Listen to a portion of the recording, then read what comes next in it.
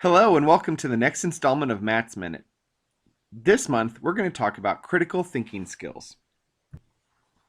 Indicator 4.1 talks about how teachers can use instructional strategies which lead to students' problem solving and critical thinking. This particular Matt's Minute will address ways that we can allow our students to become active, critical thinkers in our classrooms. This slide talks about Bloom's taxonomy, and I want to spend a little bit of time discussing ways that we can think, or we can allow our students to think at a higher level or using higher order thinking skills. This particular slide shows the traditional Bloom's taxonomy as well as the modified, where creating is now the highest level.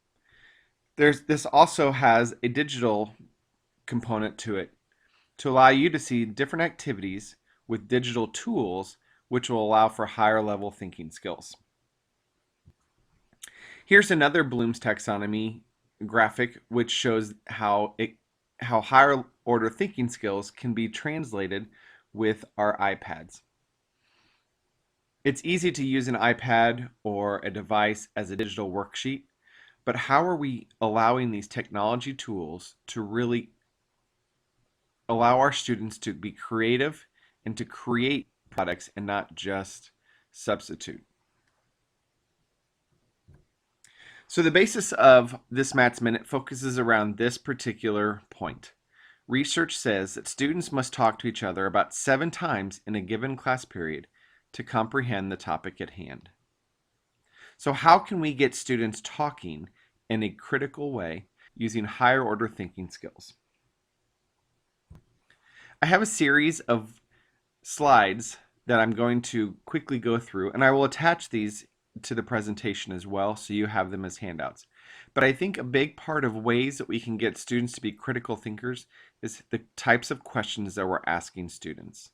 Here's an example of accountability talk stems that a teacher has up in his or her classroom. Here's critical thinking skills with questions at the different levels of Bloom's taxonomy. There are obviously times that we need to ask those level 1, those knowledge-based questions, but how can we move the conversation down to a level 4, 5, or 6? Here are some other questions and thinking stems that will allow us to add clarity or breadth or depth. Or the 5 simple questions. What do you think? Why do you think that?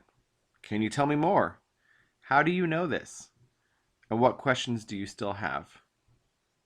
These questions allow our students to share their thinking, to share the process, to learn from and to learn with one another. And the last part of critical thinking has to do with wait time. And I know we talked about this with our talk moves, but I think this is a good visual. There's 2 different types of wait times. The first time is allowing time after a question is asked to allow the students to think. And that's important for them to process what was being asked. But I think the second wait time is just as, if not more important.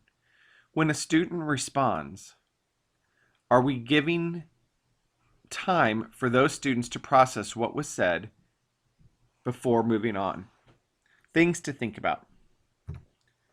I hope you enjoyed this Matt's Minute. If you have questions, please let me know. Have a wonderful day and thanks for all you do.